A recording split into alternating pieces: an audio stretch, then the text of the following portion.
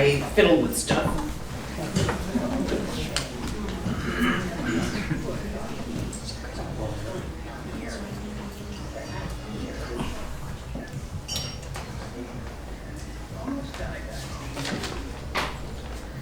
Hi everybody, good to see you all. Hopefully you can hear me well.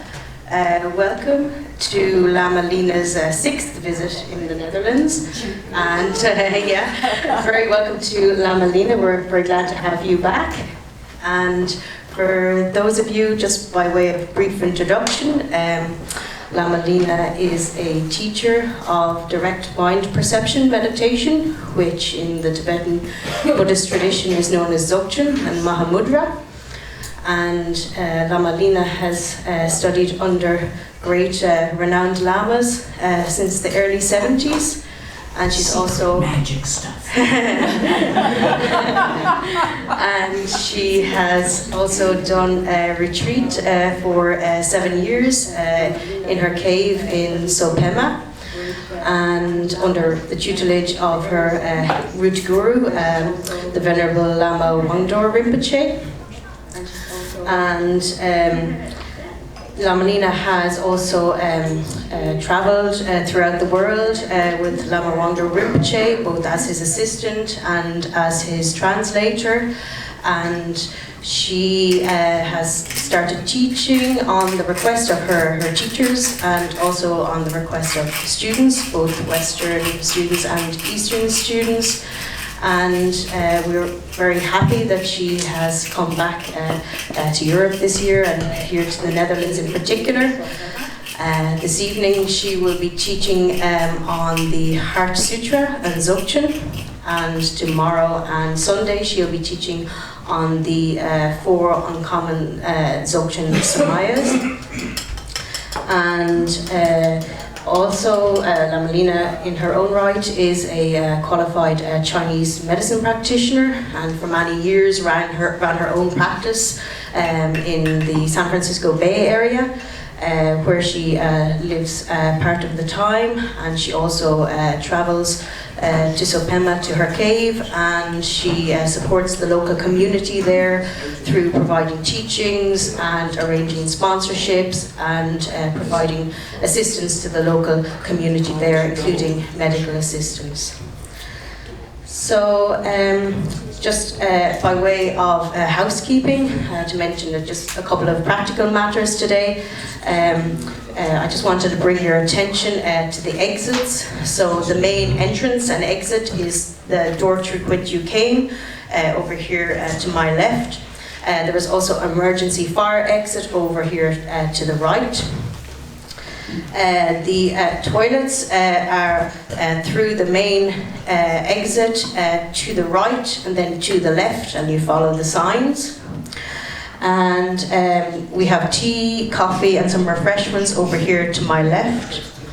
And if there is also a period of questions and answers, we have a movable microphone where we can pass it around and you can ask your question to Lama Lena, and we would just ask that you project your voice and speak clearly. Because we are also live streaming this event on Facebook and YouTube, so welcome also to everyone who's tuning in online. You will also find some information on your seats or on your cushions as well in relation to dana offerings to Lama Lena. For those of you who don't know, Lama Lena does not charge any payment for her teachings. Within the Buddhist Tibetan Buddhist tradition, she graciously receives dana, which are voluntary donations. So you will have the opportunity over the weekend to make your own personal offering to Lama Lena in the traditional way with the kotak. And there is also, separately to this offering, there is also the means to donate towards the organisational costs, travelling, etc. also available. And more information is on the sheet and at the reception also. I just want to say in relation to tonight's teaching, We do need to exit this venue at 10 p.m. sharp at the end of the teaching, so I just wanted to let you know that.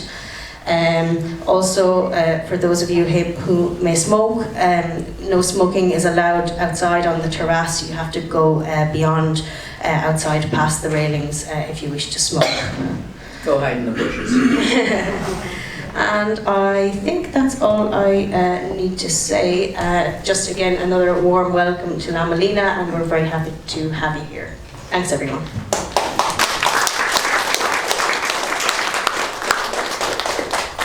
So the tradition is, if you do want to make any personal offerings to me, you do it at whatever is the last session you come to.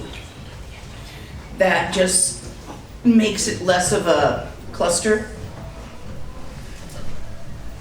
And that way we can get out by 10, since this is the first session. The first thing that's going to happen is land spirit offerings, spirits of place. Yes, they're real. Well, they think they are. So do you. It's about the same. Just as if you were going to throw a late party, you would probably go around to your neighbors first and invite them and maybe offer them tea and cookies if you didn't want them to come because it was too wild a party for your neighbors. It's just kind of the same. These teachings, especially Dzogchen teachings containing the 4 wrongs, they've got psychic noise in them. They could be found disturbing by a land spirit if they hadn't been sort of introduced to what's going on and offered some tea and cookies or juice and cookies or, just a nice little gesture. So I need 2 people of this place to volunteer, actually 3. 2 have to be of this place, the 3rd one doesn't matter. Well, this place, you mean Amsterdam? Yeah. Yes, I am. Okay, you're 1. Yes, I want to be the 3rd. And you're the 2nd. And the gentleman back there is number 3. Okay, gentleman back there, since you're number 3, you get to open the doors for number 1 and 2. Their hands will be full. Not quite yet. Relax. I'm going to make some really big gestures like when it's time for you to do stuff.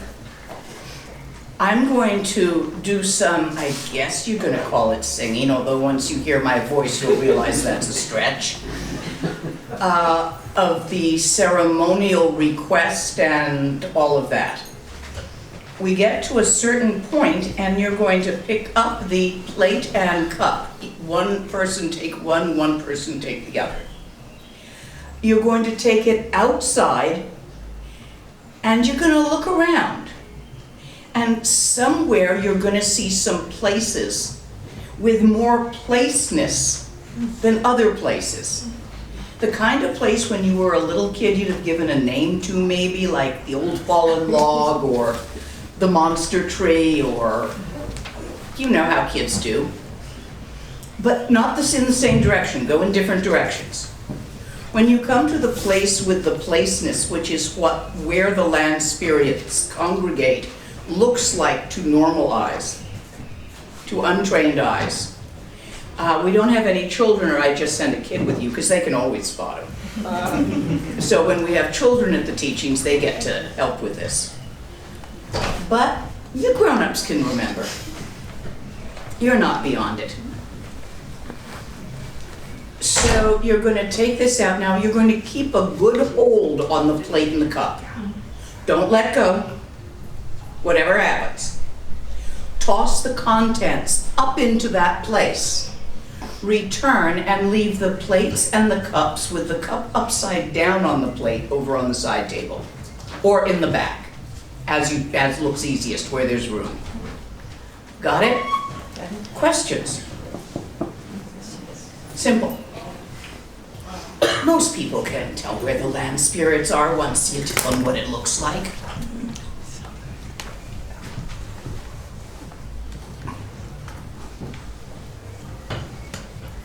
Om Balame Sanje Rinpoche Jom Balame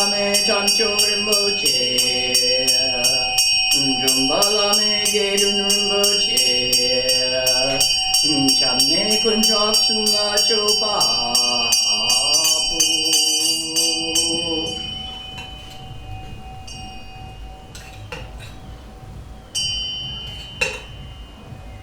Umbala me sanje rinpoche, Jumbala me tamcho rinpoche,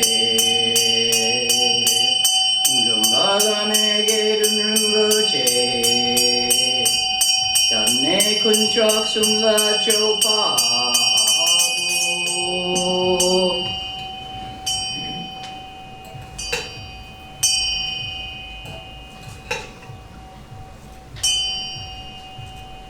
Umbala me sanje rinpoche,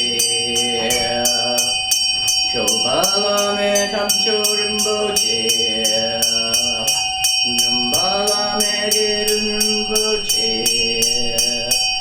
Channe kun chok sum la cho pa bu.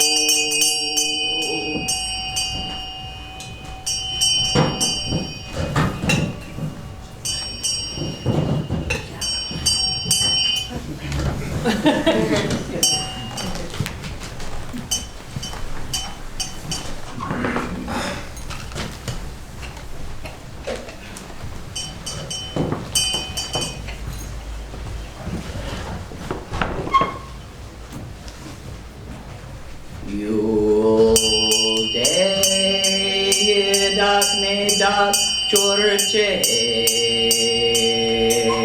la je se pucho pul den bu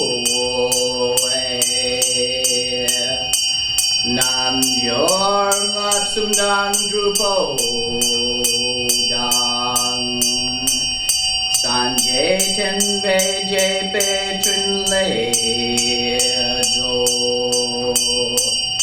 Chenam chu chang solwa de be tu Dak so gon la ne pe sap so su Ne dang ulpan tap su shewa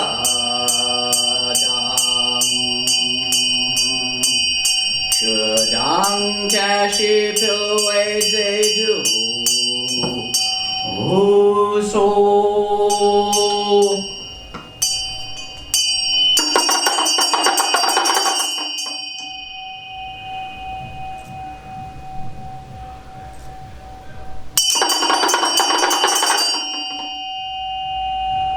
Hear the change? The change in tone of the bell is when they accept the offerings. Hear that? Wah, wah, wah, wah, wah. That's what you listen for when you're doing this yourself, because you can do this at home. Especially if you live in an old house where plumbing can be iffy. You don't want the nagas pissed. You want them friendly. So you do land spirit offerings, not every day, periodically on auspicious days.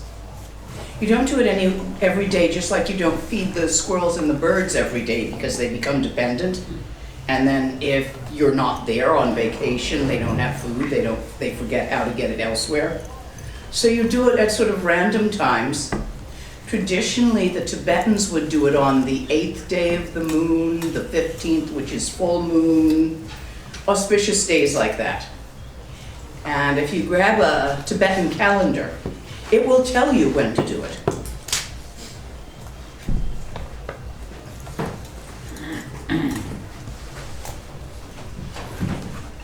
All Dharma.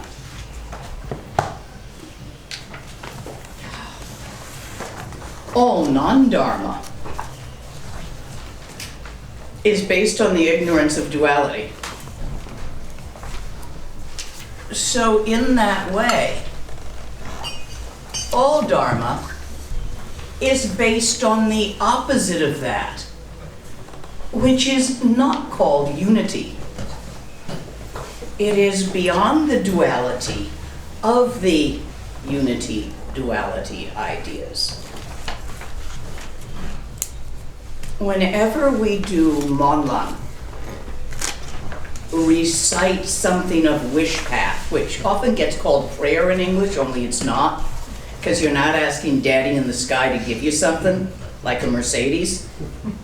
So it's not really prayer. Mon Lama, wish path. Using the chakra of intent, which is your speech chakra, the the creativity, to set the intent of something. So whenever you do that, you always take on the left side the yin energy of sunyata. Okay, sometimes they call it emptiness, sometimes they call it Great Mother Ocean of Dharmakaya. It's got names, but just feel it as open-minded, open-hearted, openness, vast, without differentiations, unborn, undying, yin energy, sky-like nature of mind. And you take bodhisattva, Buddha consciousness, the creative energy of love and the urge to flee loneliness, to merge with others, to not be alone forever. To recognize the creative, interpenetrating, interrelating samaya of sentient beings. So this is yang energy. You bring them together in this manifestation, this movement. This doesn't mean please, please. It means the duality of yin and yang brought together.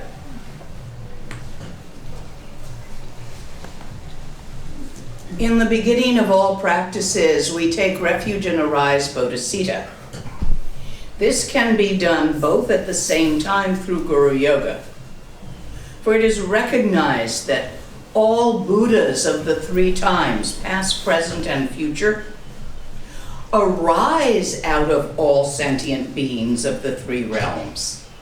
There is no separation. As you love your teacher, the Buddha, the Dharma, and the Sangha, so the bugs biting you are a part of that. They may not know it today, but someday in the fullness of time, of past, present, and future, beyond time and space, in the realm of unborn, undying, they are obviously part of your lineage. Just because it didn't happen yet doesn't mean it ain't real. I better check. Do you all speak English, or do we need to have translators here? Online we have many translators working at the moment. You can find this on probably YouTube and elsewhere if something I said had too much slang for you, and find it in a language that explains it better for you. So this is where Guru Yoga, your trust, love, open-heartedness to the lineage, is the same as to your root guru and the lineage that they bring forth and give to you, to the Dharma itself, is the same as your love for all sentient beings. Because in reality, these two things are not two. Hence,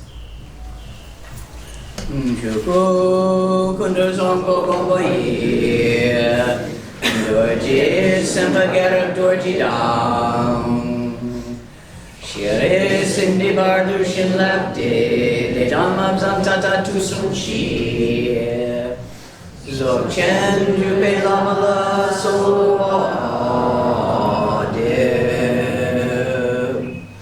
Ergen Pema Jukela Solade,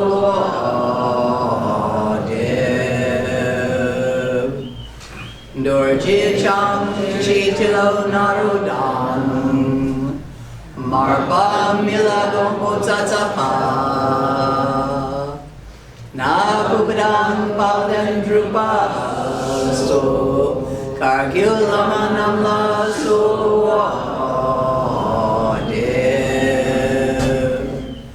Ochen Lamanam La So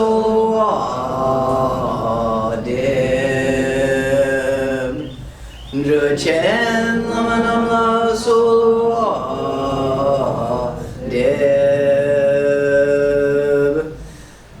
Gagin Ware Lama Namla Solo Deb Shakil Lama Namla Solo Deb Nyendu Da Yundran Lama Namla Solo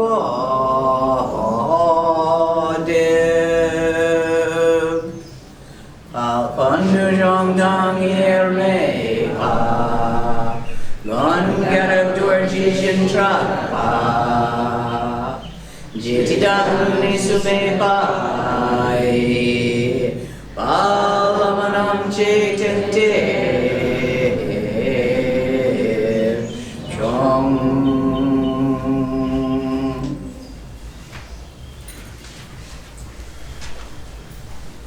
What I do when I sing the lineage, sing for various definitions of sing, is to include all those lineages with which I have studied at length in nodding. The Rime movement, which started a couple of hundred years ago, is really important. It is the open-minded, non-sectarian aspect of Tibetan Dharma. And it was begun in the 1800s by several great lamas, and furthered even now by my teacher, who considered himself Rime, and many others. In the universe these days, I have been noticing a dichotomy of poles between tightness and openness. There seems to be an energy currently going on, and a lot stronger with COVID and without, of some people really trying to narrow things down. Lineage, my religion, just like this. You see this happening in the Christian religion in America, in the Muslim religion in Afghanistan, an attempt to narrow. The Rime movement is the opposite of that. An attempt to open, not to be sectarian, not my way only, but to leave it open to all the possible ways in the universe. I'm moving this so I can see you all. Can you help me stabilize it over here? Here, just way at the edge. No, because then I can't see him. Right there. Perfect.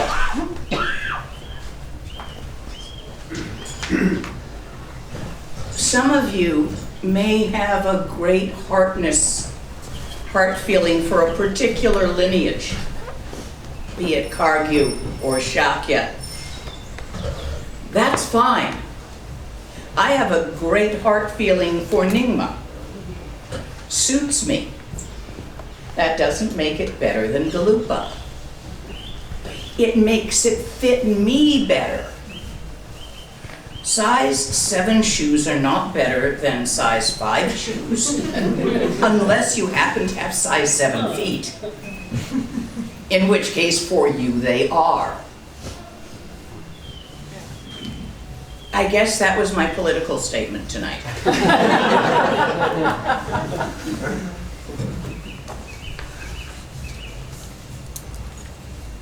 The Buddha himself, in his time, did a great deal of political movement.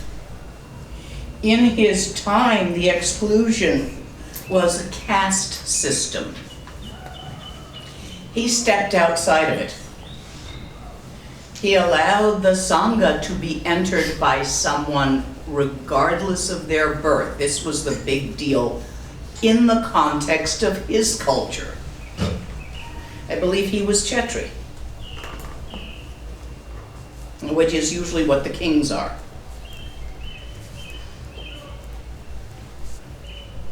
That is not the big issue, except for in Silicon Valley and India these days. There's other issues, but do follow which way he pointed.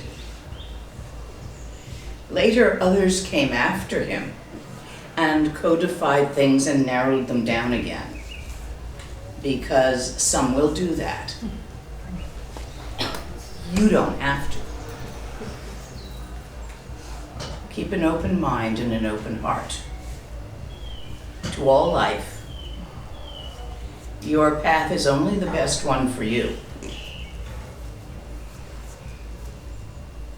I'm always sending people to other teachers. If I spot somebody who needs something in particular, yeah. I don't teach Tumo. You need Tumo? Tenzin Wangyal's really good. He dried the sheets. He passed the finals. I didn't. I studied it, but I didn't take the finals.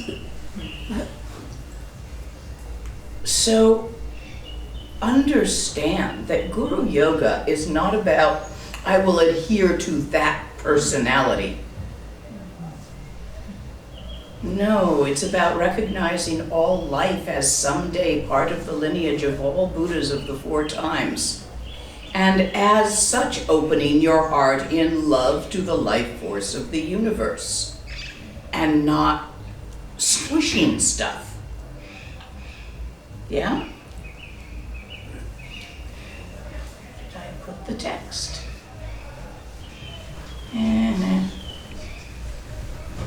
Oh, good, it didn't go away.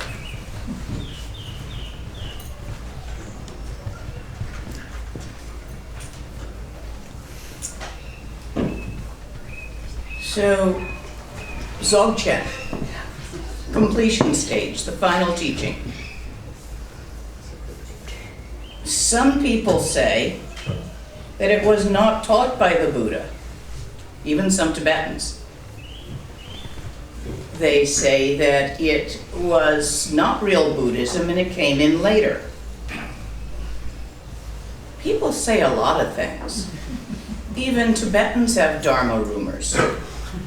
And probably they've got their own form of internet where they argue with each other about them.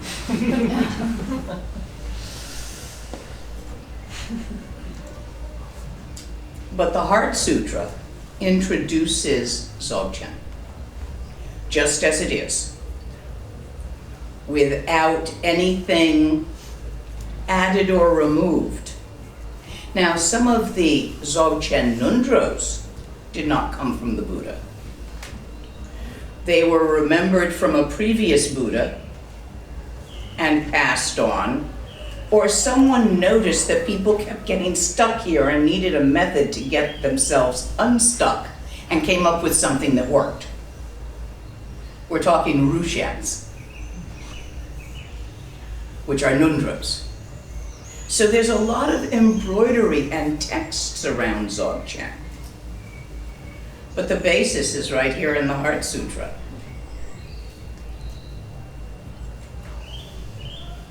Thus I have heard. At one time the Blessed One was dwelling in Rajgat at Vulture Peak Mountain, together with a great community of monks and a great community of bodhisattvas.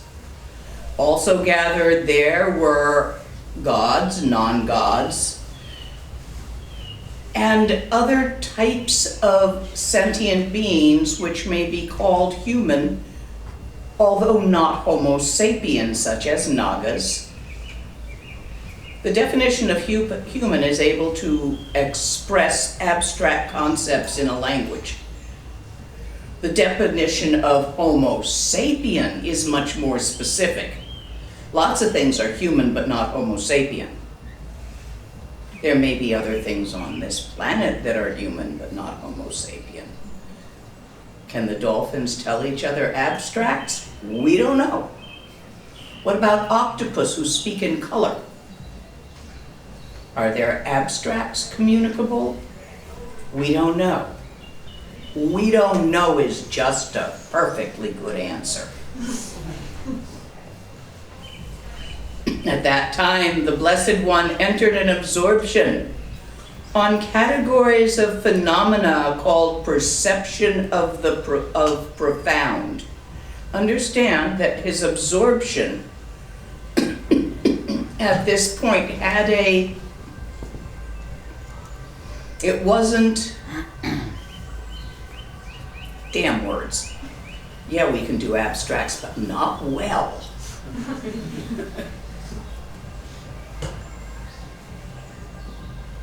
An absorption is a meditation.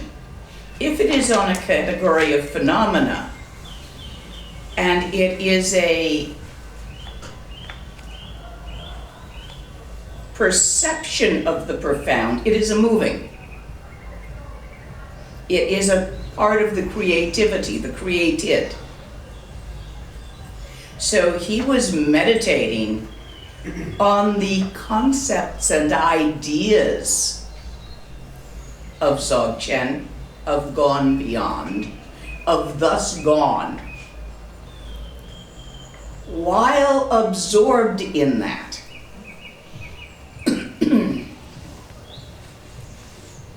It is the matter of the dancing stillness. So the contemplation is of the dance, but it is the stillness contemplating. This, if it's not making sense to you right now, may well eventually, so don't worry about it.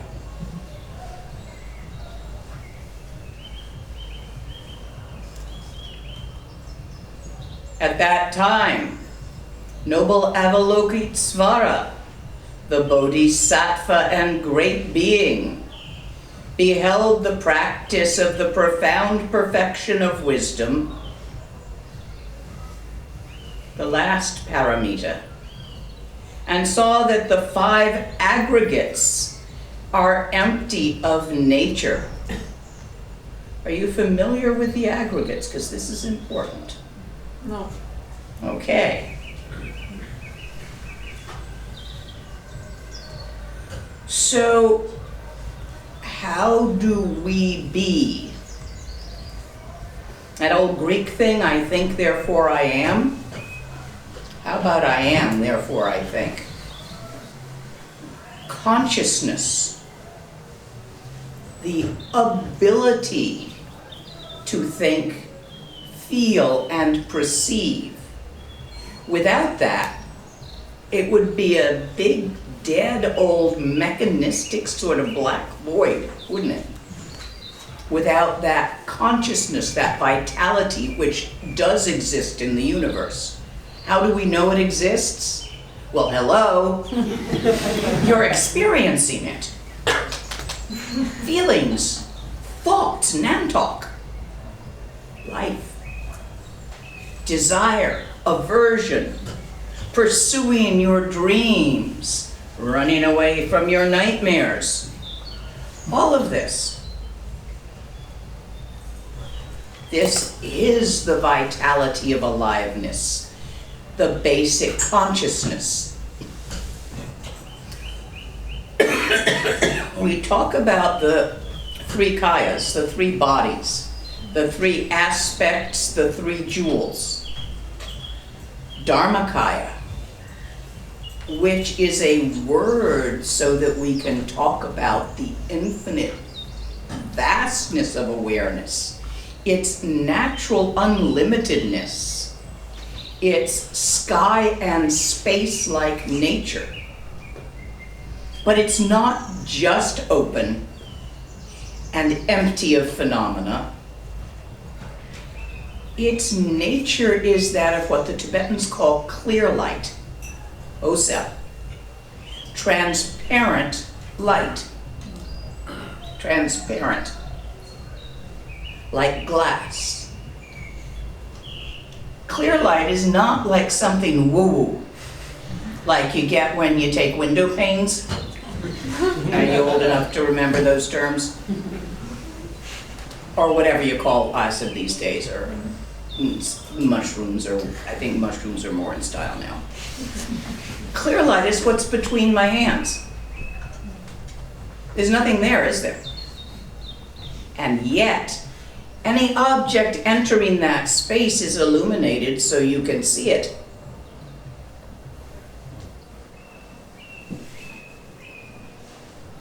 Clear, transparent light. Awareness, sometimes used as a word for consciousness, is in Tibetan, Rigpa, the ability to see, the seer. Feel yourself looking out from behind your own eyes. Feel it right now. Feel that? Not what you're looking at. Feel the looker. That basic awareness is what they mean by clear light, the light by which the seer sees whatever it be seeing in the moment. Not the thing it sees. That aliveness, awakeness, consciousness that allows it to see. This is inherent in the vast sky-like, space-like spaciousness of an infinite universe. An infinite multi-dimensional universe. Infinite in a lot more directions than you can think of. That consciousness, which is the union of Dharmakaya, Sambhogakaya, Nirmanakaya in its totality, but is often pointed at as Sambhogakaya, where all the gods are born, in consciousness as dreams, as hopes, as fears, the gods and the demons. Because this lucidity, luminosity, clarity exists, it is the nature of light to sparkle and shimmer when it moves, in movement, in reflecting. This is analogies, but it's the best we can do trying to talk about this. That movement is the pattern. There arises sensation of however many sense organs you happen to have karmically in this current life. As Homo sapiens, it would be 6. As something else, well, you don't have sonar, but dolphins do. Another sense organ, somewhere in the ear or inside. There are worms that don't have eyes because they live where there is no light. I can easily explain to you what sonar feels like, just like you can easily explain to the worm what vision feels like. Yeah? No. So you get sensations. The moment you have a sensation, sound, you immediately label it, name it, make it something. The moment you've done that, that conceptual overlay on simply the feeling, it's an embroidery. You have an emotion about it, liking or disliking. It can be a very slight emotion. Here's a sound.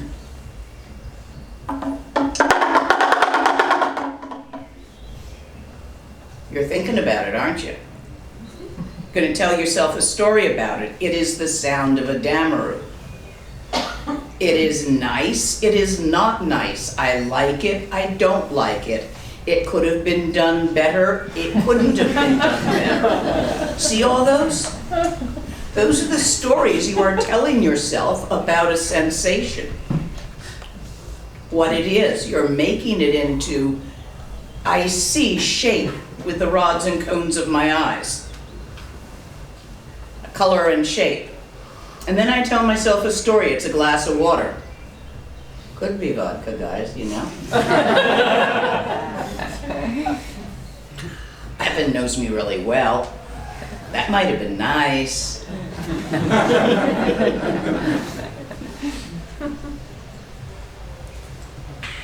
Yes, very good, Evan. So now you've got physical sensation, and then you've got a feeling about it. From the feeling, you decide to do something about it. You like it, you're going to reach for it. You're going to bring it closer. You don't like it, you're going to push it away. You're going to run away. You're going to decide how to do this most effectively. So round and round it goes. Your karma creates the sensations.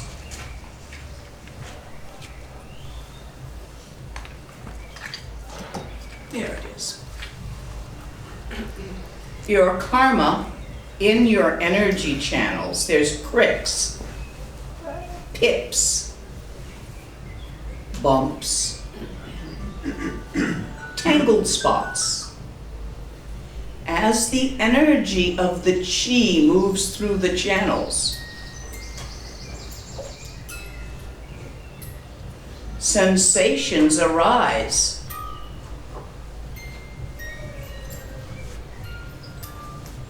Like this music, you then decide it's music and you think about it and you tell yourself what this is and you make a whole bunch of stories about it.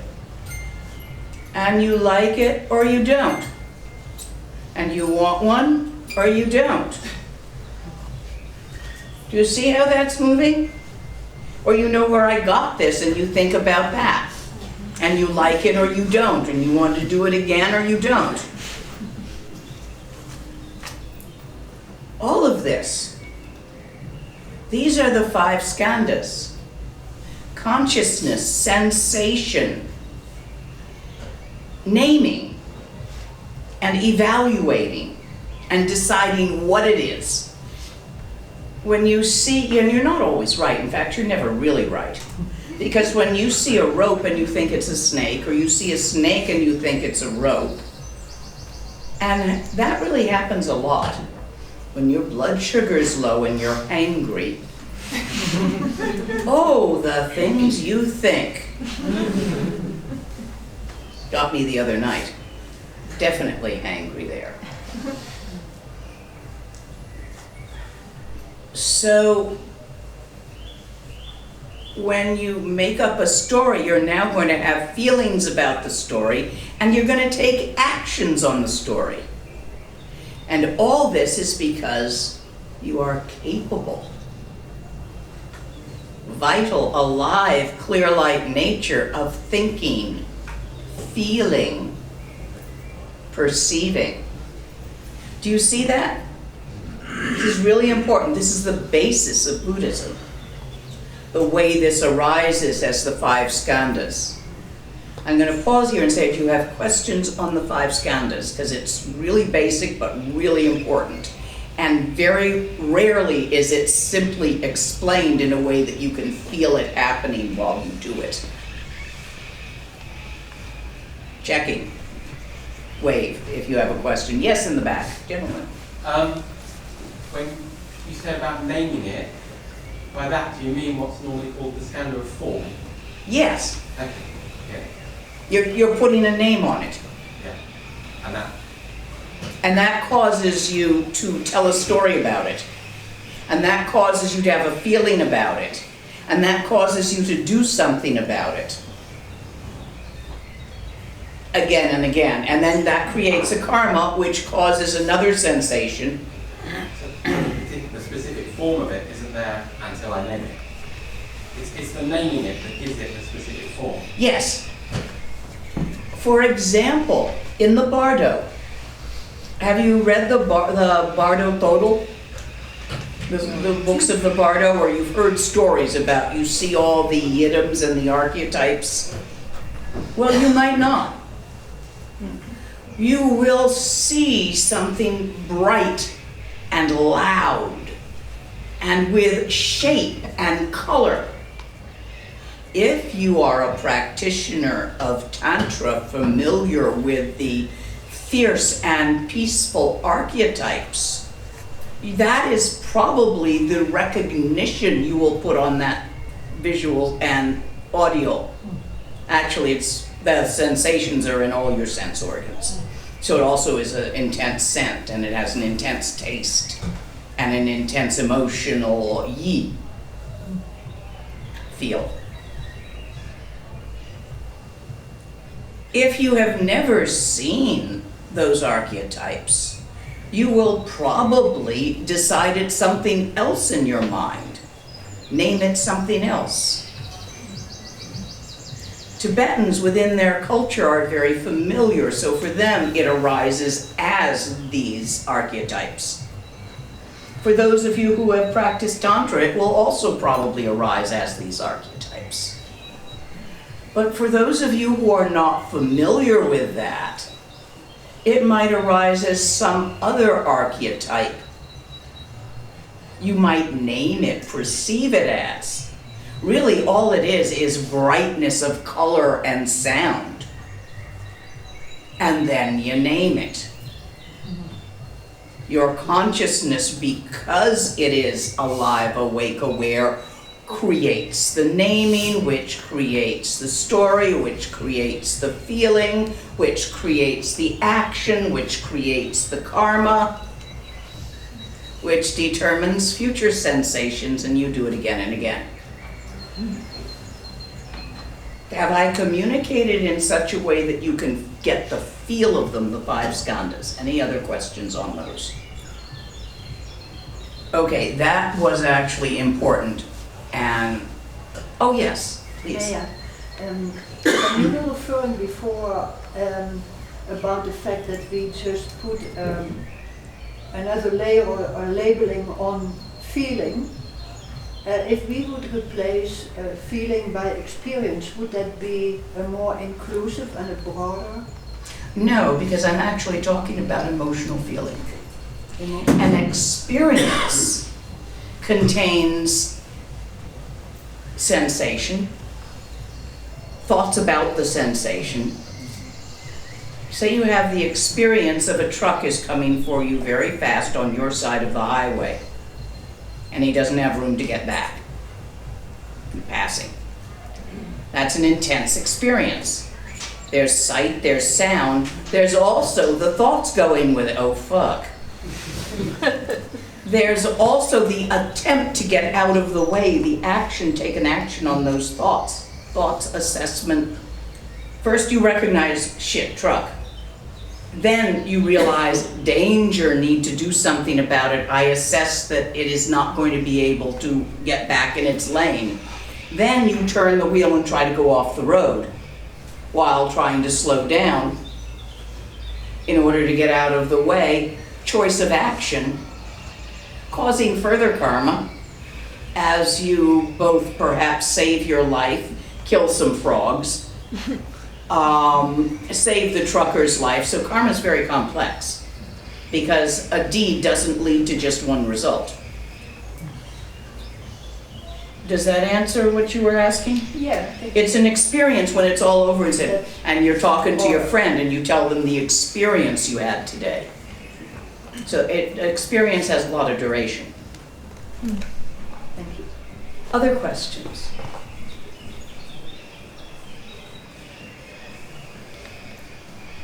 So, Avalokitesvara beheld the practice of the profound perfection of wisdom and saw the 5 aggregates are empty of nature. Although this is the pattern you do in your aliveness, it is not made of anything and does not occur anywhere. Thoughts. Let's pick the easy one to see. What are your thoughts made of? Don't give me hearsay. Feel around for it. Don't give me somebody said neurotransmitters. You never saw a neurotransmitter, have you? Come on, own experience. What are your thoughts made of? Do they have molecules, atoms? Can I think a shelf and put my glass on it? Is there any substance or solidity? Okay, pick a thought. Any thought. Hold that thought.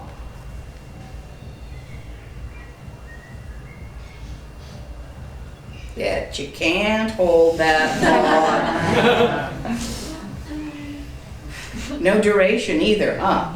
You can think a lot of thoughts about the same subject, but they're not the same thought. They're a little bit different each one.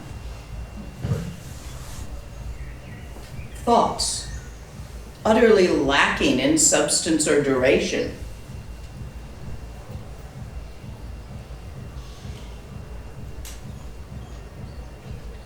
The 5 aggregates are made of thoughts and feelings. Thoughts are easier to see than feelings.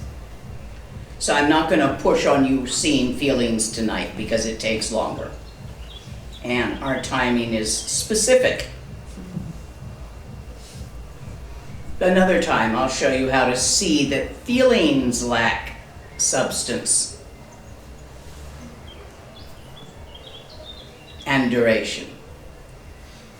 Although you can have the same one again and again and again and again until it wears off. Just like thoughts. Perceptions. A perception is just an entanglement of thoughts and feelings and sensations all together. I perceive this to be a glass of water. I see it. I perceive it. Yeah, that's a thought, my feeling of I'm thirsty. It's all in there to get the sensation of my eyes and my hand and my mouth.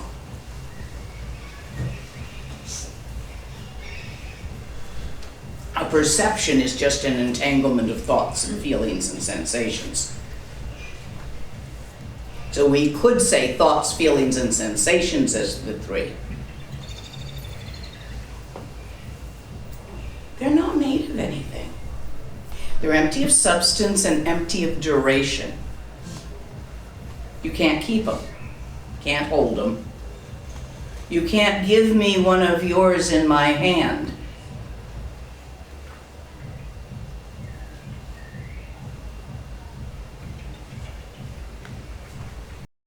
Then, through the Buddha's power, Venerable Shariputra, who was known for his lack of shyness and tendency to open his mouth and ask questions. I need one of those.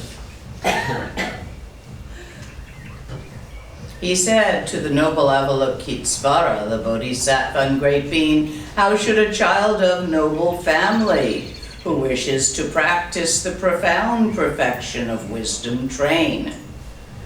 How should one learn to see this oneself? By what method, by what training may one come from whatever one's ordinary life is of chasing dreams and fleeing nightmares, to seeing the nature of reality as it is without doubt or quibble. And this is what he said, and the noble Avalokitesvara, the Bodhisattva and great being, replied to the Venerable Shariputra, O Shariputra, son of a noble family, or a daughter of a noble family who wishes to practice the profound perfection of wisdom, should regard things in this way. They should see the 5 aggregates, skandhas, to be empty of nature. Form is empty. Emptiness is form. Emptiness is not other than form. Form is not other than emptiness. Form, objects.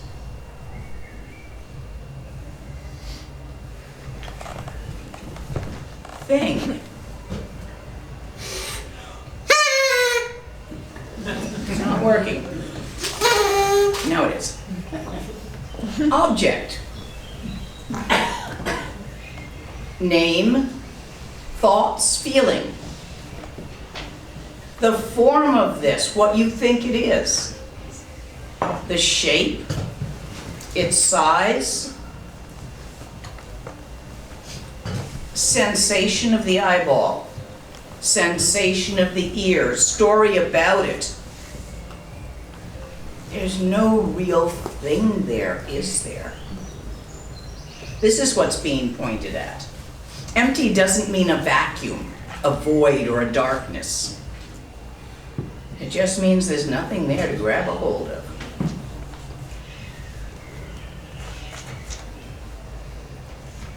Form arises in emptiness as emptiness. In the same way, sensations, recognition, conditioning factors, and consciousness are emptiness. Your perceptions, your experiences are not happening the way you think they are. There may be a real relative reality out there, but no one has ever seen it, perceived it, experienced it. No one ever will perceive it or experience it. We will only experience according to our karma, group karma, conditioning factors according to these things. But there is no actual thing that is being experienced. Only experiences. In Tokyo, we call this the display. In the infinite openness of sky space, display occurs.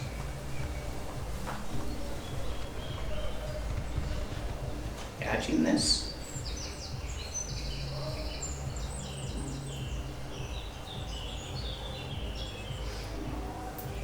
Therefore, Sariputra, all dharmas are emptiness. They are without characteristics. Saraha said, and even the jewel ornament of the Dharma is no more real than any of these. You wanted Dzogchen. All dharmas are emptiness. They are without characteristics. They are unarisen and unceasing. They are not tainted and not untainted, not deficient and not complete. Therefore, Shariputra, in emptiness there is no form, no sensation, no recognition, no conditioning factors, no consciousness, no eye, no ear, no nose, no tongue, no body, no mind, and all that effort you Dzogchenpas have put into finding your mind. You don't have one. Give up. It won't go in until you give up. Until you stop grabbing.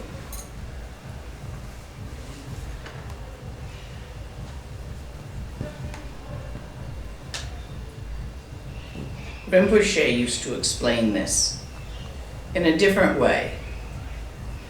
No eye? How is there no eye? My eye is right here. What is my eye?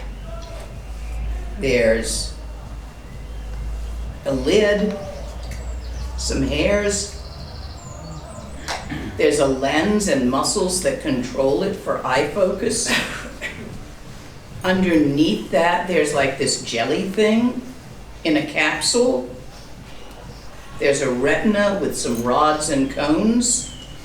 When you take it apart, where's the eye in all of these things? When you take a man apart, you cut off his arms and you put one over there and one over there. And you cut off his legs and you put one there and one there. And then you take his liver and you hang it up there. And his intestines is what you hang it with. And you put the head on a pedestal here. Now tell me, where's the man? Scattered. Because it is not a thing. It is an aggregate, a conglomerate, a group of things temporarily brought together. And in their own good time, they will come apart. Yeah, you're going to come apart. Your shit's not going to stay together forever. All the effort to keep your shit together? Give up.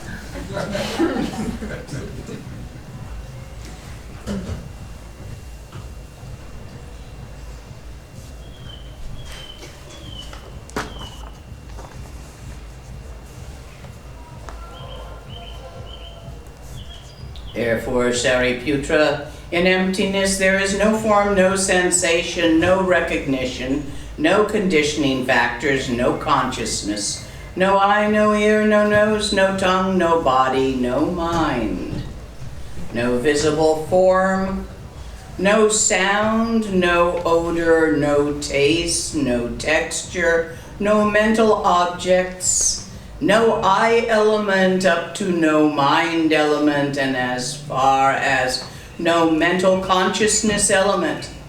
There is no ignorance and no extinction of ignorance. You who worry about getting rid of your ignorance and being good enough for enlightenment, give it up, let go.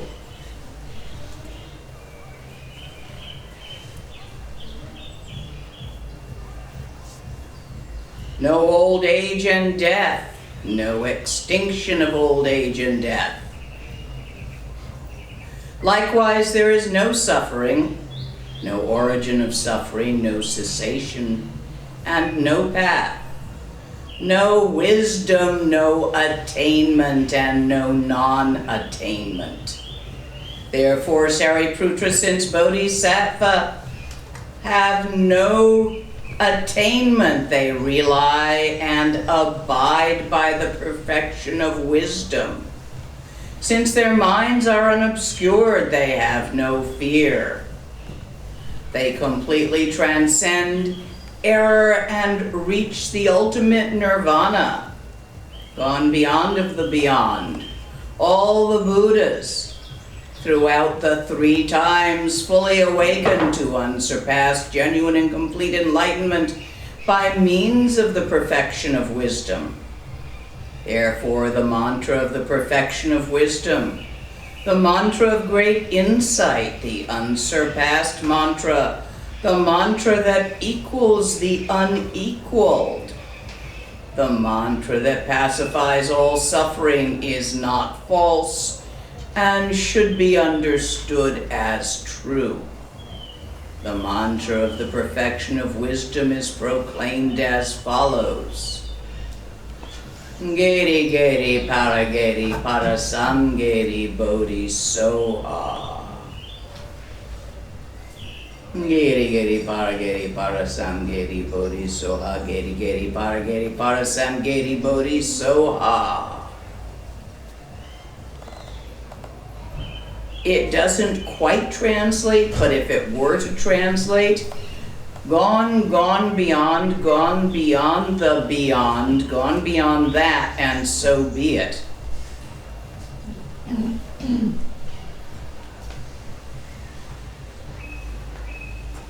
It's not like there's somewhere you get to in the beyond. You gotta go beyond that. It's not like somebody gets somewhere. You got to go beyond that too. Go beyond the where and the getter. And the only way to do that is to cease separating subject and object, doer and deed, and done to.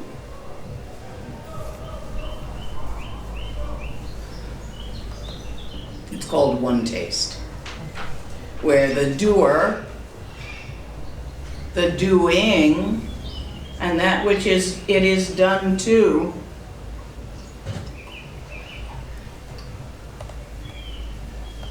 are in no way separate. And in Dzogchen, they never were. You don't get there. At some point, you give up and notice you've always been that.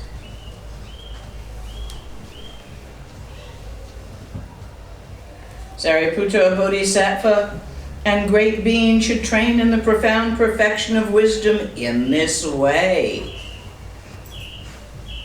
Whereupon the Blessed One rose from his absorption and commented, Avalokitesvara, the Bodhisattva and great being, excellent, excellent indeed, O son of a noble family. That is how it is, that is exactly how it is. One should one should practice the profound perfection of wisdom just as you have taught, and then even the Tathagatas will rejoice. When the Blessed One said this, Venerable Shariputra and noble Avalokitesvara, the Bodhisattva and great being, together with the whole assembly and the worlds of gods and humans, Asuras and Gandharvas, rejoiced and praised the speech of the Blessed One.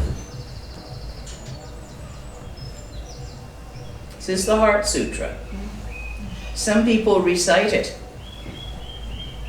frequently in the hope it will go in. That's called monlam. Some people recite the mantra frequently in the hope it will go in.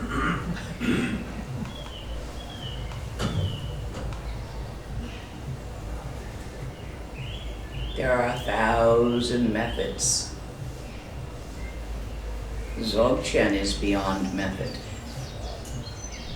But there are 1,000 methods to get beyond method. Don't lie. To yourself, I don't care. In any moment, if you feel you are sitting beyond method, then just relax. And if you feel disturbed by your ignorance, and you mind that you are disturbed, grab a method and use it. Sometimes you can just sit there. You've experienced that. But not always. Don't mind the moving. The moving is just the thoughts, the feelings, the perceptions, the experiences. Don't mind them. They come, they go. Relax. Don't grab for the chocolate ones and throw away the root beer. All the flavors, doesn't matter. Empty in nature. Questions here? Yes, please. So the text says such and such is emptiness, but it doesn't say it's empty. So Excuse me?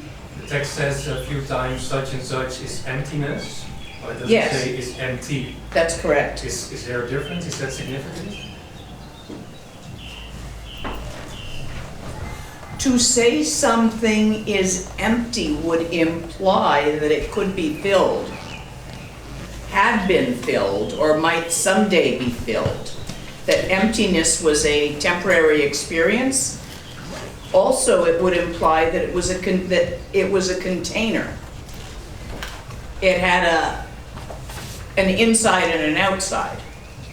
But when we say emptiness, we're pointing at something which does not have these characteristics of ever having been filled, having been emptied, being fillable, or having a container, or an inside or an outside. I think that would be the answer to your question. But remember, this is a translation of a translation. So we are playing telephone with the words. It was probably originally said in Sanskrit or maybe even Pali. I don't know what he was speaking, what the original language was of Chenrezig. And then the scholars had it in Sanskrit and it was taught in Sanskrit. That may have been the first translation. And then it came up to Tibet and was translated from the Sanskrit of the scholars to the common language of Tibet. And then it got turned into English.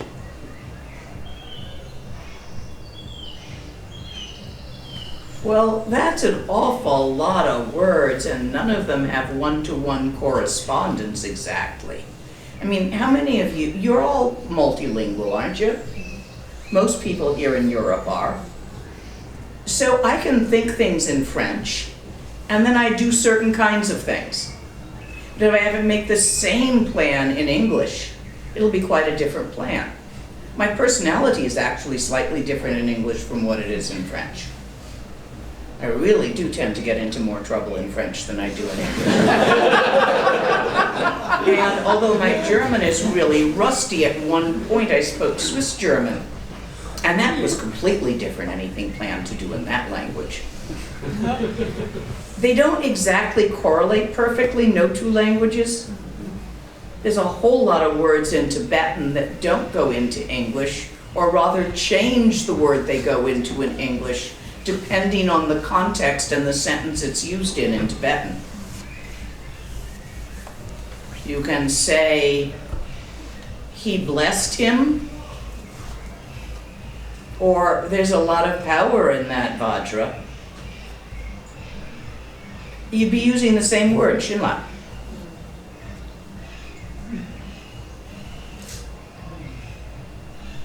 Or you could call a place where the ley lines cross a place of Shinla.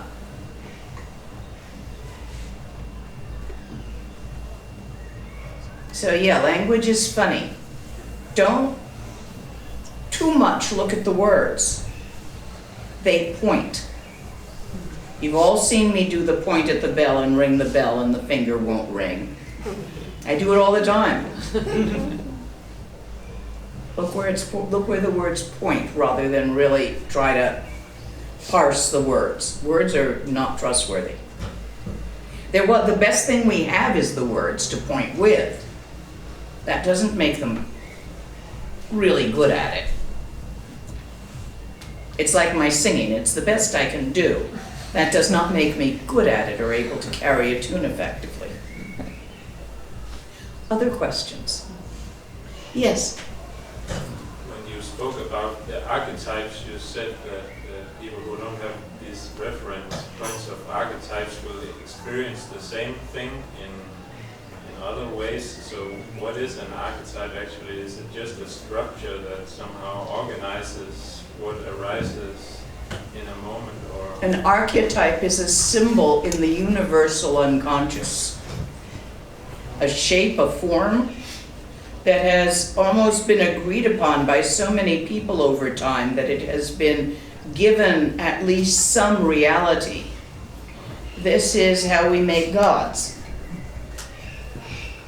You make a god by worshiping it all together with a whole bunch of people. And so you have the archetypes of Demeter, talking the Roman ones now, or the Greek ones. I forget their names now. Hermes. Yeah, there's one. Or the Indian ones, Shiva or Pan. All of these are archetypes. The Tibetans also have archetypes. They're gods, but they don't exist independently, but are mind-made symbols of certain energies within consciousness. So Chenrezig, who is the name Avalokitesvara, it's the translation of the name of the man who said this, the practitioner, the member of Buddha's Sangha who said this. He had very great bodhicitta. The real bodhicitta, not the pretend one where you try to drag little old ladies across the street every day whether they want to go or not so you can do your good deed as a Boy Scout. Not that kind. Not white man's burden and all that crap. The other kind. The real one. Direct perception of the interpenetrating nature of all phenomena and consciousness in open-hearted, great-hearted love. The pattern.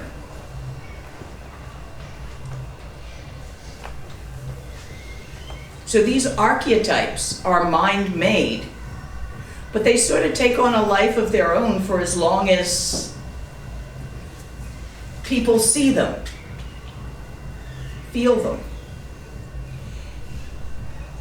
And they symbolize different things. Chenrezig symbolizes Bodhisattva. So does Purba, Dorji Purba. Vajrayogini and Dorji Pagmo symbolize unbridled, free female energy. The woman who is not constrained by being owned by a man or a culture. Skywalker. Hayagriva, the power of the wild horse. So there are many. Your channels have shape.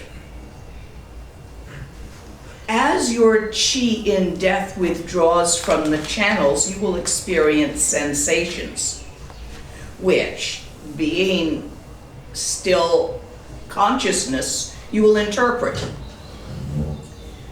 So you will interpret them according to your culture. I don't know what you will see. I am enough in the Tibetan culture and have done enough Tantra that I will probably see the Tibetan archetypes. But you might see something else. Perhaps you'll see Mother Mary. I don't know if you grew up with that as a strong feeling.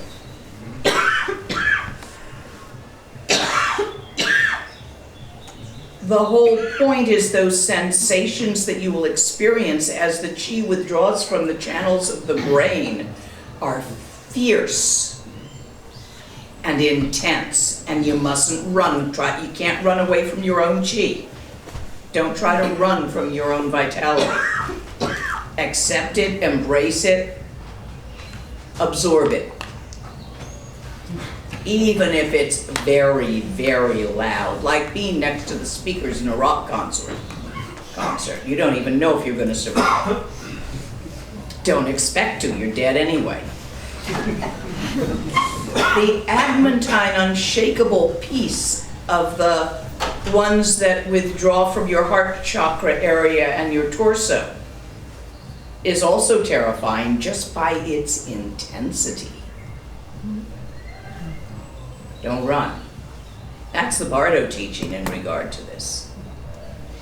However your mind interprets these sensations, the intensity after death, don't run from it. Let go. Chin up, tits to the wind. Go forward into it. Did I answer your question?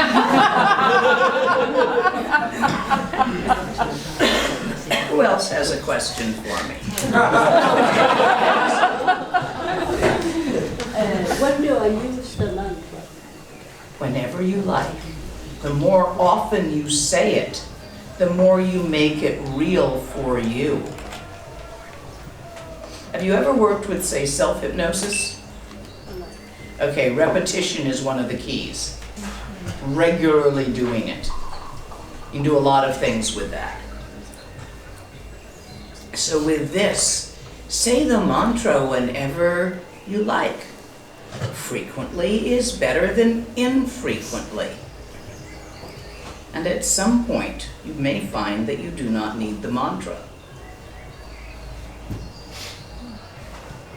And then again later you might find you do, and that's okay. It is nice to have a mala for a mantra, to have one that pleases you.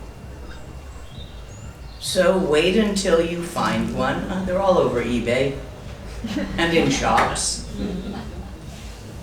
For most mantras, such as this mantra, you want a smooth mala, rather than a Rudrakshi mala. Those rough, nibbly Rudrakshi malas are only for working with certain fierce archetypes. The irritation of the touch of it is considered helpful in some instances. But you don't use it for most archetypes. And you wouldn't use it for this, what I want to call clean mantra. You had a question? In the sutra, it says that since there is no attainment, the bodhisattva, I think it said, abide in the perfection of wisdom. Mm-hmm. And that it sounds like a thing, and I'm trying to think because, like, what I try to do is stay in stillness, not to be bothered by movement, you know, and relax into it. But then Okay, but so then I get that there is. It says you missed something. Okay. So as you separated movement and stillness in Mahamudra, and you became clear which was which, and then you were working on Sutra and Dzogchen, or the dance of stillness, you haven't quite got them all the way together yet. You're working on it. That's what you seem to be telling me. So it isn't to try to remain in stillness. Go ahead and move. Feel. Cry. Laugh. Think. Talk. While noticing that the stillness is still there. And it is it itself. You might be bothered by the movement. The botherment is simply movement. It has no effect on the stillness, and there was no thing which moved. As long as you are trying to hold still, there's a grasp. That won't work. That will create the push-pull of duality so that the moving will pursue you because you're fleeing it by trying to hold still. Relax into the moving. Can I encourage you this weekend to find a dance party? Or, you know, a club or something that might have some dancing in the evening? And to go and immerse yourself in that and in the feelings that arise, both embarrassment at your dancing and pride at your dancing, because you'll get both. And go ahead and drink, but not for the first couple hours. I want you to experience it both sober and slightly sloshed, but not so sloshed that you're gonna, you know, do things like not keep an eye on your drink and have somebody drop something in it. You watch it, and somebody could do that. So not sloshed to the point of incompetence. A nice little buzz. I want you to notice what changes and what doesn't. You are identifying with either the moving or the stillness. There's a midpoint, Sambhogakaya, nature of mind. The stillness, great mother ocean of Dharmakaya, ground of mind, all those wonderful terms, sky-like nature of mind. The moving, Nirmanakaya, the arising, the phenomena, the dance of form and all of that. Sambhogakaya, the consciousness in the center. That which looks out from behind your own eyes, that awake awareness, whether it's moving or still. Or rather, not whether it's moving or still, but whether there is movement or stillness. Try that this weekend. See if you can bring them together experientially while physically doing a lot of movement. And the way I've instructed should bring up some emotions. So you've got emotional movement. You're going to be having all sorts of Nam talk about what I'm telling you to do. So you're going to have that going on. Try it. Is that Ruchikpa? Hmm? Is that the Ruchikpa part? No, not yet. That is the Sutra and Dzogchen part. Dancing stillness. You got to get that before you can turn around and try for the Rochik. In Mahamudra, And since you're using Mahamudra terms, there's an order of operation. And there's a reason for the order of operation there. It works. You have another question? Yes. But if the sutra says there's no I, there's no path to walk, because there's no place to arrive, so what am I doing? Good question. You don't want to fall into the nihilism of those concepts. Right now, what you have are the ideas that there is no path to walk, because somebody said. That's very different from seeing the unity of the path and the fruition directly all the time. Make sense? Not yet. Okay. Try some more words. Right now you are understanding Dzogchen. This is a problem. For all of you. You're understanding because you are overeducated intellectuals. The Tibetans say it's much easier to teach a shepherd than a scholar. Dzogchen. Because intellectuals grasp the understanding and on some level are satisfied by it or think they should be because understanding is everything. No, understanding is too limited because it is done in thought with thought and thought is moving. You can't keep it. And you know, they say a yogi, should he find himself able to fly, is strongly advised not to fly over large bodies of water, especially if he can't swim. Why? Because you can get so much moving, you can get the siddhas within the moving. Been there, done that. Fuckers wear off at the worst possible moment, leaving you splut. So, knowledge and understanding are insufficient because they are acquired. Anything acquired is going to go away.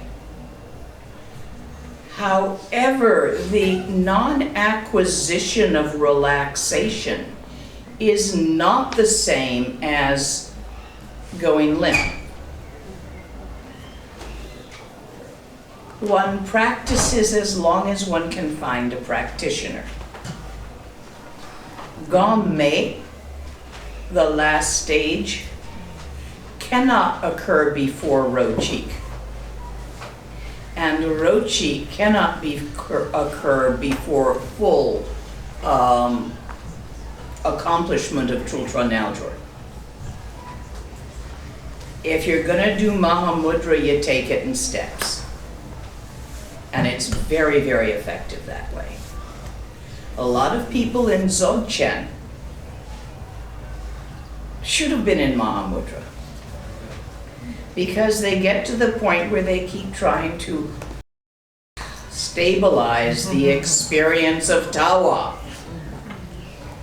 Y'all remember the months and years you wasted trying to stabilize an experience? Because you didn't do the Rushens. That's why we have the Rushens in Dzogchen. Specifically for that one outer body. Which we did in Poland last year.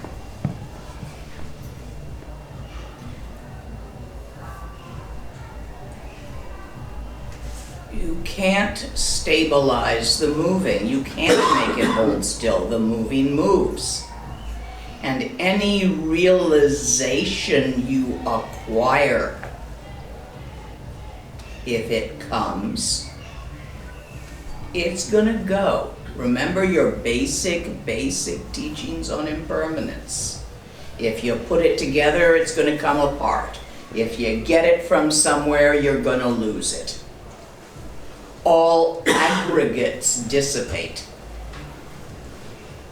All clumps unclump eventually. This is why the dancing stillness yoga, the yoga of dancing stillness, is so important. But it can't be done until you've actually done Rushen. Mahamudra Rushen is slightly different, done at a different time than Dzogchen Rushen. We let you drive yourself nuts for years in Dzogchen before we take you out and run you around in a Rushen. It's just how it's done. You don't have to do anything to get the apple to ripen. But don't pick it too soon or it will be sour. That's the best answer I can give you. There was someone behind you with a question also. Yes? You spoke about the perception of the same taste, right? Yes. When we perceive things like that, does it mean that the 5 aggregates are not perceived anymore as such? No. Well, perception is moving. When you perceive something, eventually you will not perceive it.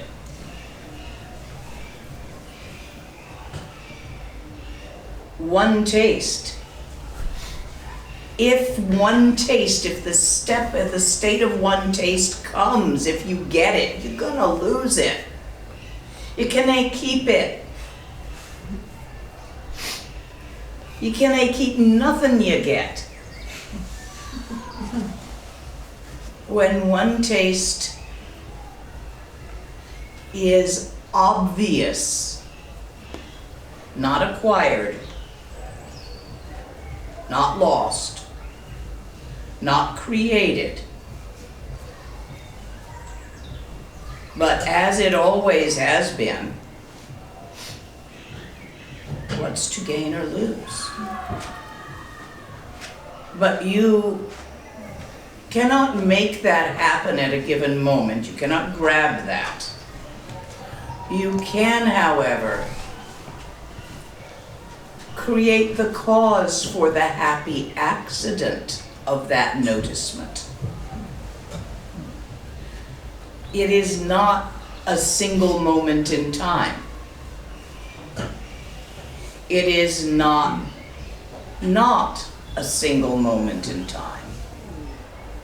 It is not all moments in time. Both and neither. I call it a noticement, but it is not something that you notice as an idea, or as a feeling, or as a perception. You know, in the early teachings, we all say to you, you have Buddha nature inherent in you. You are enlightenment. You always have been. But this will not satisfy you until it does. And if you are not yet fully satisfied, it is necessary to keep practicing. Don't fake it to yourself. That's important. Did I answer your question? Yes. Like the apple on the tree or the river flowing to the sea. You can't force it. All you can really do is keep practicing as taught by your teacher. And when it comes to pass that you see no need to practice because it is obvious, don't stop there. There's an accident waiting to happen. There's an oops right there. Don't fall in that hole, it hurts. You ask me how I know that. Twice. You think once would be enough. Don't stop. As long as there is any subtle experience, I'm going to call it, because they move, of a practitioner and a practice that could be done or not done, don't stop.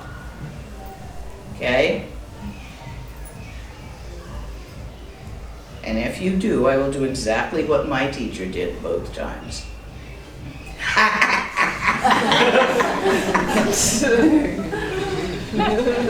Told you so.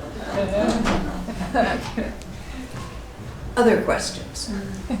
Yes. Can we have access to the translation that you were using for this text? Yeah, I grabbed it from Lotsawa House. Okay. Yeah. Added a few bits from when Rinpoche used to recite it in the Tibetan.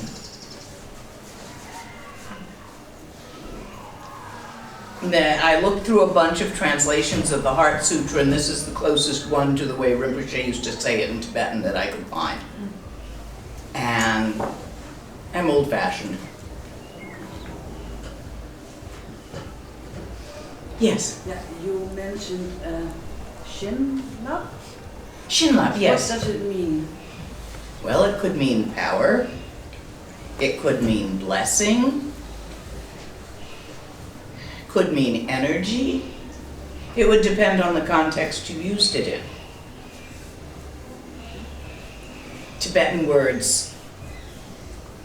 First of all, there's no words in Tibetan. There are phrases and syllables. The unit of meaning is syllable. Rig. To see. Pa, E-R. Put them together and we say it's the word Rigpa translates as awareness. Okay? But you never have just two syllables together. You have a phrase where a bunch of syllables are strung together, meaning making a unit of thought. He went to town yesterday is a phrase. Katsang korang tramjoson. Is that a word? So when we start even talking about words, they don't have words in Tibetan. They have syllables that modify each other into phrases. But as you begin to try to translate into English, you take pieces of those phrases, which match to English words. Kinda, sorta, maybe. Best answer I can give you on that one. And this Shinla, it's two syllables? Shin-la. Yeah, but do they have meaning? Yin. Yin. Yes, but I don't know. Scholars? Martin? Giving. Shinla? Chimba. Chimba. Oh, Shin is in Chimba. Okay. Giving and la? Lap is like wave. Okay, wave of giving. Thank you. I do love when they're scholars because I'm just an old cave yogi and I don't know that much. I just had a really good teacher. Other questions?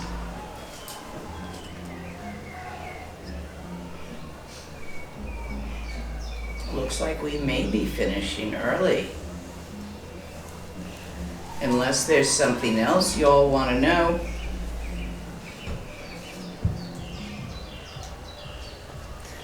Okay.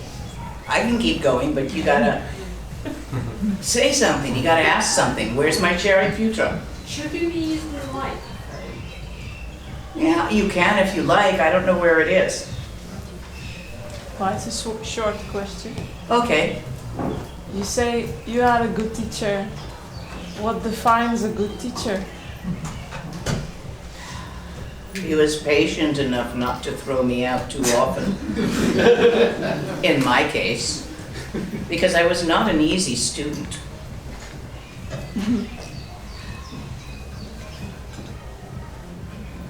He was truly realized, one of the last of the old masters who had done his time in retreat, in solitary retreat, in caves in the mountains, who was trained in Tibet, old style. And then after Tibet fell, came out to India and practiced for years.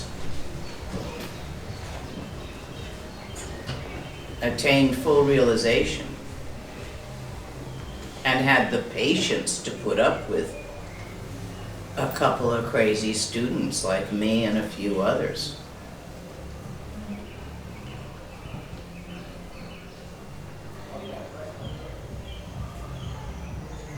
And had the courage to drop kick me off cliffs when necessary, to take the chance that I might run away and not come back.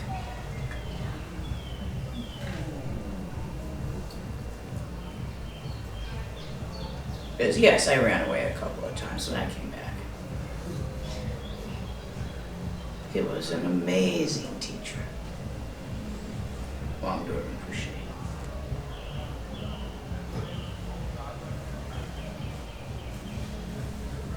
But form is impermanent. Form is moving. Emptiness equates to stillness when you talk about moving and stillness, emptiness and form. Does that answer it? I think in my case, having the patience to put up with me was a big part of it, because, oh, boy, was I a little bitch. Well, and the back to your left. Oh, yes, please. What symbol is in the blue circle? I gotta look. That's an ah. Speech chakra. Volition. I believe that has to do with a number of teachings on Shine and other things, used also in dream yoga by Norbu Rinpoche.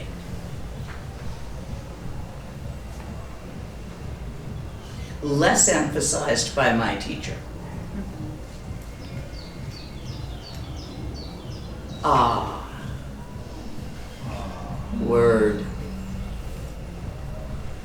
You know, in the Bible where it says, in the beginning was the Word and the Word was God, that's actually not a terrible translation from the Hebrew.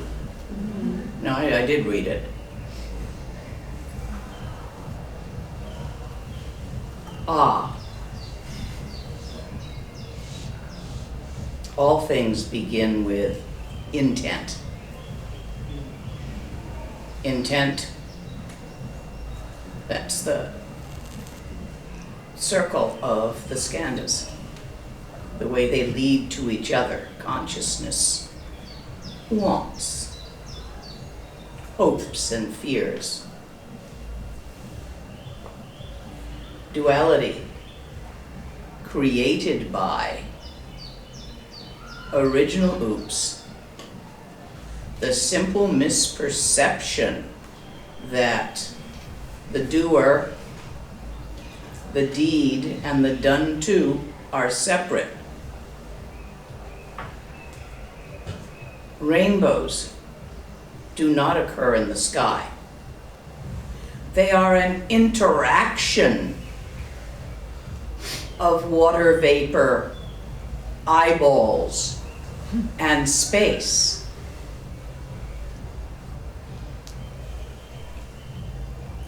They're in the eye.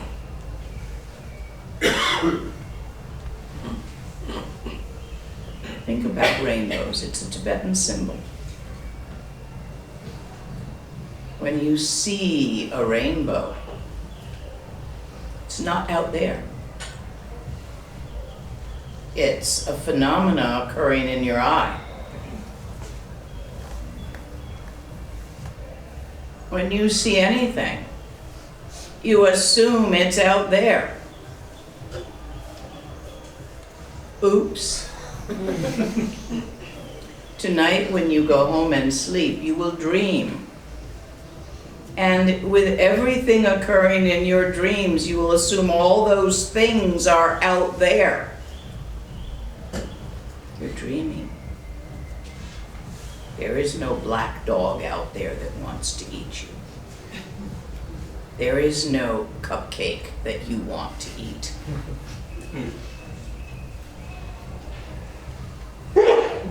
And yet you run from the dog in the dream and you pursue the cupcake. Examples. It's all arising as sensations in your mind as the chi moves through the chakras. See if you can notice that tonight while dreaming.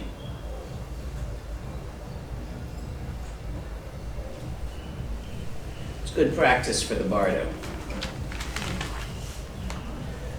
Original oops is simply the perception that the pretty rainbow colors are out there. The way a kitten chases a laser pointer.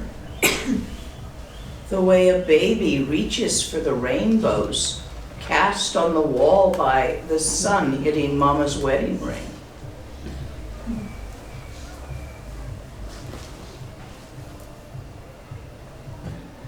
So the perception that it's out there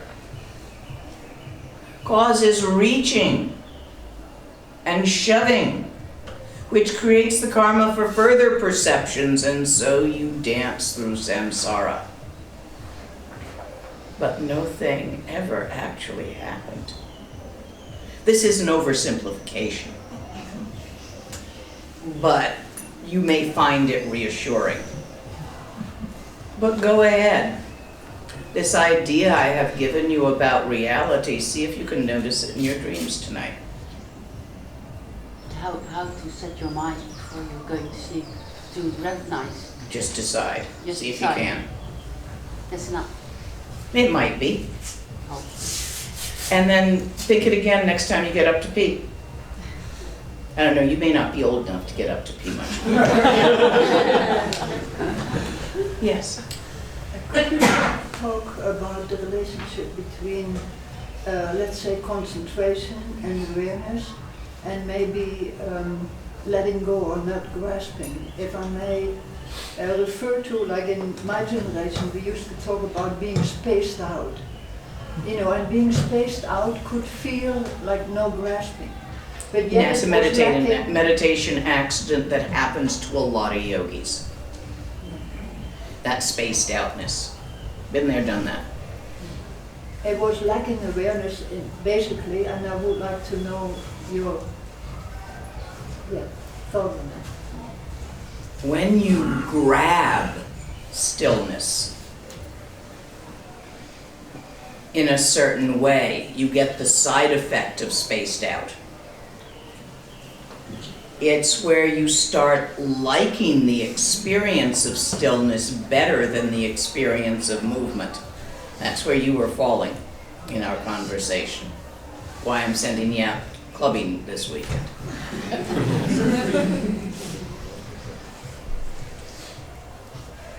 So yes, a lot of times we do that, especially if there's been too much movement lately. Where I get that is when I'm traveling and I'm just traveling a little too fast, and then it's like, no, I just want to sit here. I just want to sit in stillness. And then I find myself reaching for that, and then I get really spacey. So it's a way of noticing that you've grabbed stillness. Like, okay, that's a side effect. It's a nyama, meditative experience. They're signposts, they're useful, but not to cling to. So when you notice that you have leaned too far into spaciness, bring yourself back. Notice, I must have gotten too tired and grabbed stillness because I was tired of moving, my balance is off. Lean back the other way. What I find useful is to sit in a cafe and watch the moving, to catch the rest in moving stillness. That works for me, it may not for you. When you notice the balance is off and you're leaning too far towards stillness. We're talking Mahamudra again, but you get what I mean. Even in Dzogchen, one becomes attached to the experience of wisdom or of clarity or of bliss, which is delightful. That's when nothing hurts too. Yeah, it's wonderful. My back likes it. The point I'm making is we do tend to become attached to pleasure and flee pain. But you have to look at what you are defining as which. And at how you're creating your definitions. You can do it first, start with thinking, because it's a good beginning. Okay, why am I attached? What is it that this time is causing me to feel that attachment to the stillness? Right, but don't spend too long on the thinking part. Feel the attachment. Work through it. Feel how you've gotten attached to stillness. Feel the desire for rest. At least in my experience, for me, that's where I am when I find myself reaching for stillness. At that point, start seeing if you could just lean a little, without falling in the other direction into total focus on the moving and being all involved in thinking it's real. See if you can just lean a little bit back towards center. You will lean too far. And you're going to go like this a little bit. But when you find the midline, it's not spaced out. It's not particularly wise or clear or anything at all. And yet it is all those things inherently. Does this help a little bit with the spaciness? Thank you. Yes, in the back. I'm so curious to know what made you run away from Lama Lena?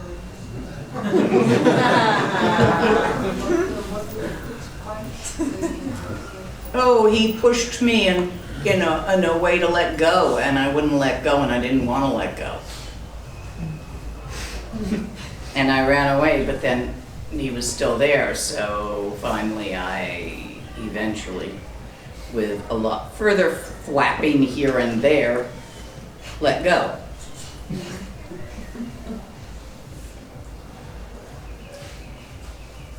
You don't want to let go. Nobody wants to let go. What did Trungpa Rinpoche say? No one in their right mind will jump off this cliff. And no one who's not in their right mind is going to manage the realization of sky dancing, which comes after jumping off the cliff, so somebody has to drop kick you. I think that's in one of his books somewhere, but not in those words. I don't remember the words. Someone else might.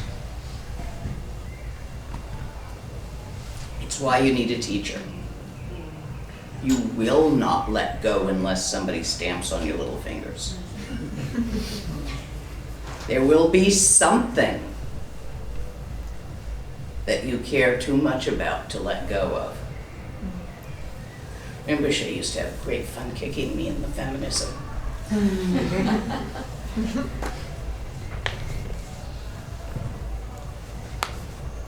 That's okay. My friend had a teacher who used to make her sleep with assholes.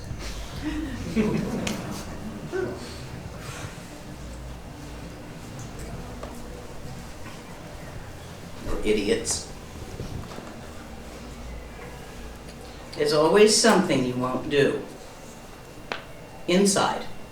It's not outside. It's not behavior. Because of a hold on who you think you are. I'm like this, but not that. And when When someone forces you to let go, that's called stamping on their little fingers. And no teacher ever does it on purpose. It's the function of samaya. You don't, as a teacher, you don't think about it and decide to do it. Sometimes someone will experience that as a function of the samaya. Whereas you thought you were asking them to buy you some fish. So you never will know what your teacher's actually thinking. In my experience, I've never been able to figure out what he meant by anything, except he meant Dzogchen, because that's where he lived.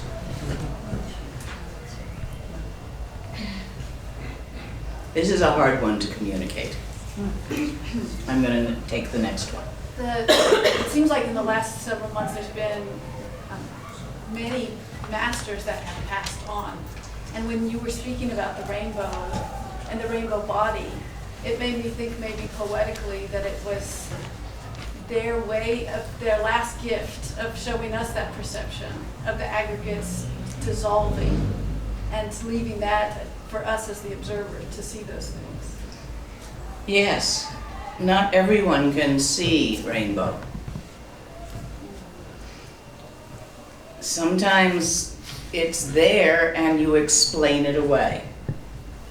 Must have had something in my eye. I remember one time there was a student who came to visit my teacher, one of his students, and I'm the translator, so I'm in there. And the student was saying to him, quite an advanced student, I need you to show me a miracle. I'm losing my faith. I need you to show me just once magic, a miracle. All these things they talk about, you know, going through walls, levitating. Just show me one. I desperately need this. He actually went on at great length about this, and while he was doing that, my teacher put his hand through the table, reached it down, put it up again, picked up his water bottle, but not reaching this way, but up through the table, took a sip, put it down, put his hand back through the table. I'm watching this. He is looking at that direction. He's at an angle to see this. We're sitting next to each other. He's still asking my teacher to please show him a miracle. Like, you know, somebody putting their hand through a wall or something, please show him. And finally, he ran down, and Rinpoche looked at him. I'm sorry, I can't show you a miracle, he said. And I said, oh, but I'll have faith in you anyway, even if you can't do a miracle. That's what Rinpoche said.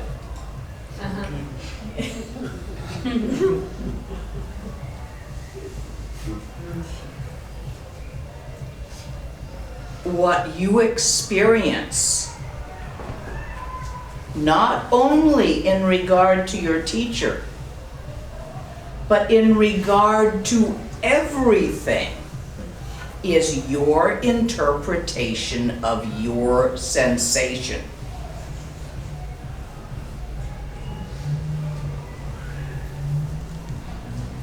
You're making it up. Yes, Martin. Yeah, I just wanted to say briefly, maybe in relation to this, that also Chin, in Chin Lab, means not only giving, but the potential of something to change the way you perceive.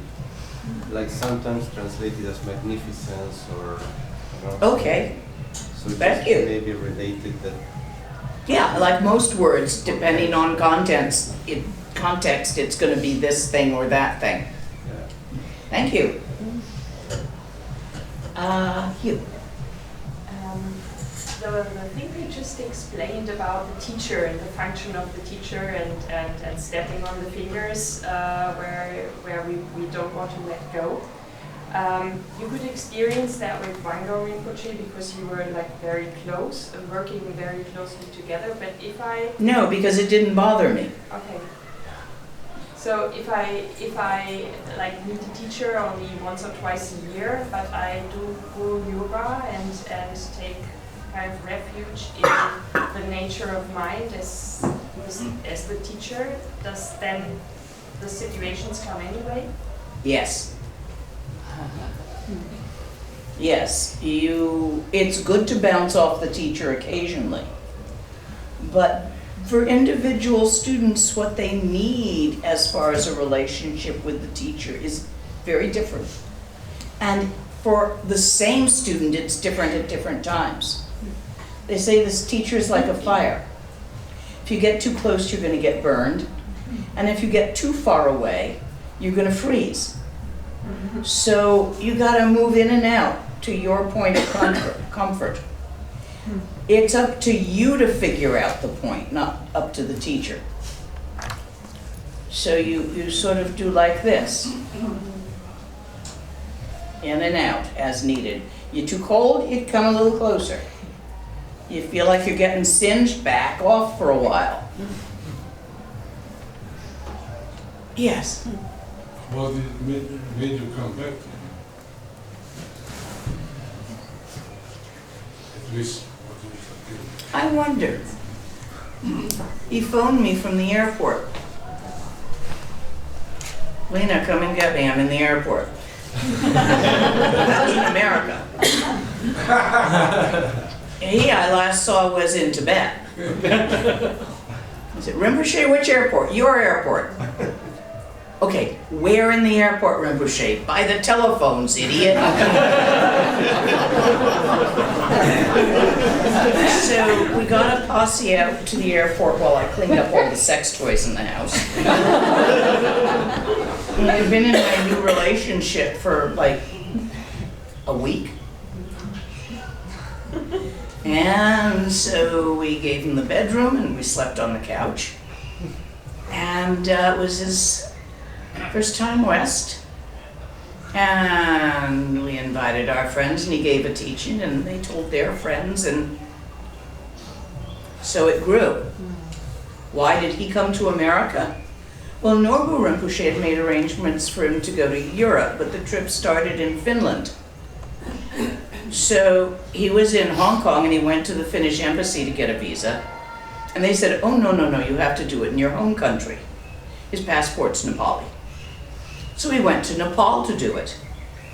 Because Norbu Rinpoche was sponsoring this, it was wonderful. But there is no Finnish embassy in Nepal. And when he's down in Embassy Row and he's discovered this, he's like, well, what the?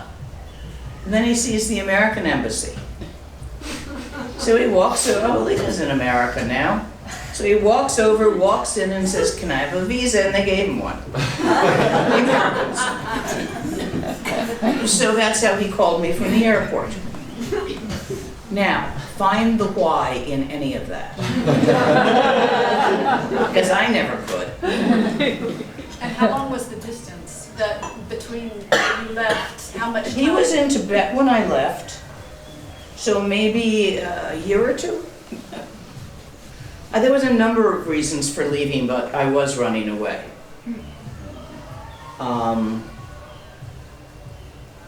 He'd been pushing me and I couldn't. I just couldn't at that time. And then my mom got sick and gave me an excuse. She had a heart attack, and so I went to look after her.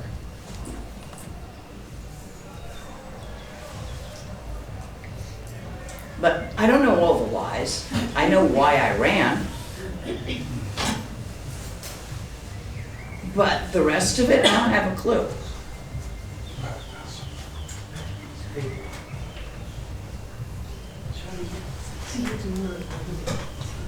Yes, it is getting on for that time.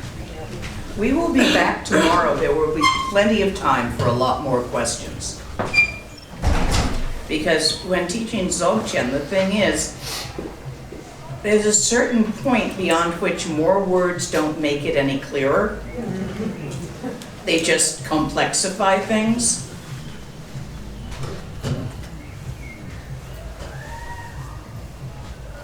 My teacher was actually a very simple man, not a scholar. Kampa cowboy.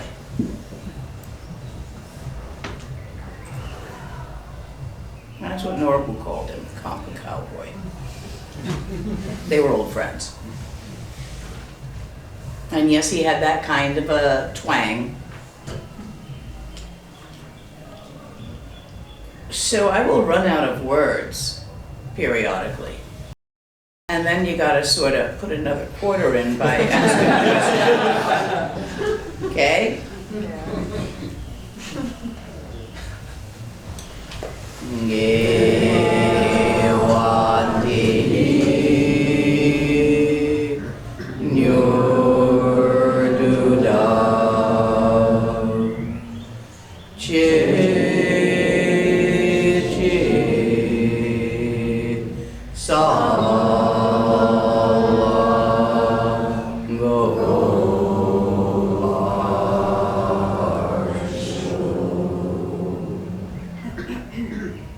That prayer, what it actually says is, as all of those who have gone before me, the gist of its meaning.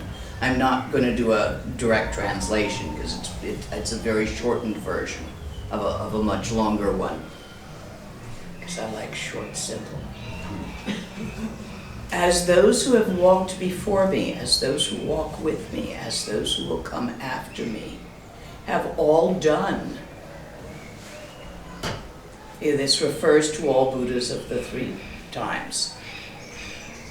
I also offer all virtue created, all benefit created by these actions for the sake of all life. That's the gist of the meaning. And okay, we are complete.